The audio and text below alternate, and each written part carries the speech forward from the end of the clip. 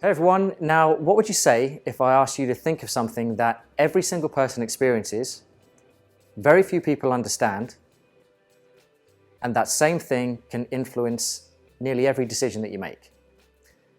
Now the thing that I'm thinking of personally is emotions.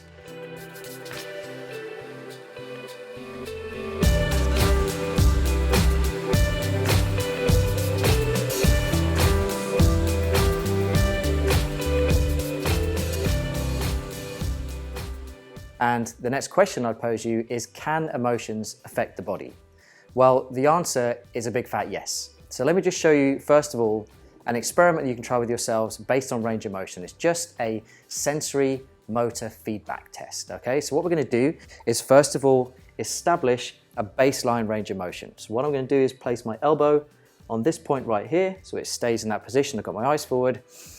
Inhale, exhale. And I'm going to internally rotate my arm to find my baseline internal rotation. I'll do it a couple of times. I'll try not to look at it because that will affect it. And I've got a marker right there. Okay, so my arm is reaching that point right now.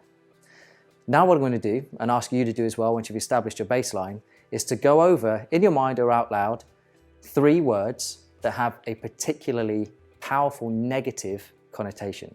So I'm going to go over anger, greed, disgust. Okay, so I'm going to go over those words several times. Anger, greed, disgust. Anger, greed, disgust. And let any images that conjure up from those words just occur. Anger, greed, disgust. And then retest that range of motion. It's starting to get a bit sticky in this area now. Anger, greed, disgust. And it's feeling genuinely a bit tighter as I move through that same range of motion. So now what I want you to do is let that go, let that tension go, and go over 3 words with real positive connotations. So I'm going to say love, calmness, clarity.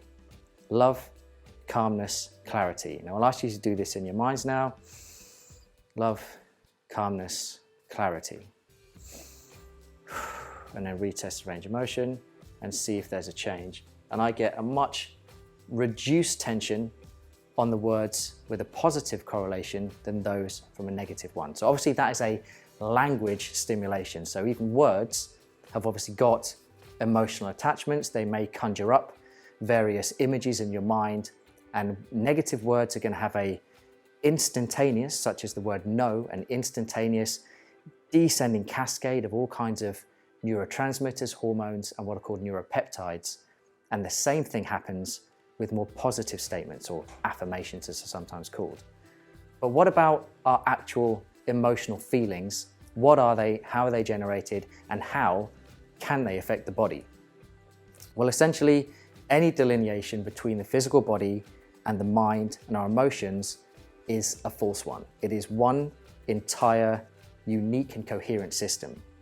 So it's common knowledge to maybe assume that the reason we feel fear is that we see something scary. And because of that thing that's scaring us, we get pupil dilation, all of the blood is shunted away from the organs and out to the periphery, and we get adrenaline and cortisol flying around the system to allow us to fight or flee. But there's a lot of evidence today which actually shows the opposite could be very well true. The fact that we feel fear is because the autonomic nervous system first creates a bunch of changes in the system, and then because of those autonomic alterations, we actually have a visceral experience, an emotion, and we feel fear. So it's actually the other way around. It's the body and the autonomic nervous system driving the emotional experience in the first place. There was a lady called Candace Pert who uncovered something called neuropeptides, or discovered neuropeptides, and she called them the molecules of emotion.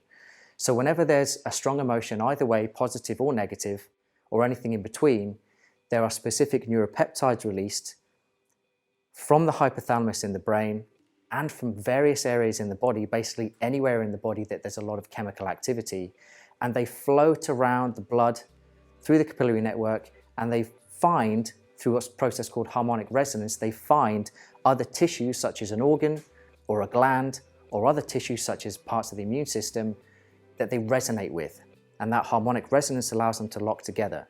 So there's actually a molecular level to every emotion that we experience that attaches and correlates different parts of our physiology, being organs, being the immune system, the endocrine system, being the glandular system, directly with the emotion itself. So it's literally the body that is creating the emotion in the first place. First, it occurs as a visceral sensation. We experience that. The very last thing that we know about it, or the last system that has any awareness of it, is the conscious brain. And then we experience an actual emotion. So the question really is, how can emotions not affect the body? Because ultimately, they're derived from changes in the body.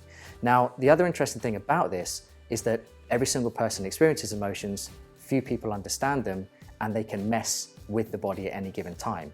We've shown you a little demonstration with range of motion. You can use a forward flexion test and see that as you roll down, there's a baseline level of tension you'll get so far. You can think about something that's very negative, something that you found scary, something that you find stressful, retest your range of motion, and you may find it's constricted and shortened. You can then think about someone that you love, someone that brings you a lot of happiness and joy in your life, retest your range of motion, and you'll feel there's a relaxation in the system. Every emotional charge that we've experienced has an electrical tag in the system. There is a charge associated with that. So our muscular systems, our viscera, and our endocrine system, and very specifically our immune systems, can be directly correlated to emotional experiences in our lifetimes, and they can pop up as being relevant at any time. So it would be useful to be able to uncover what we call limbic charges in any given presentation with a client, be it a pain complaint, a gastrointestinal dysfunction, or indeed an immune complaint.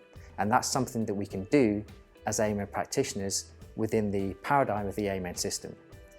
So the question really is, instead of can emotions affect the body, it's how can they not affect our muscles and the body in general, because the body is actually what's generating your emotional experience in the first place.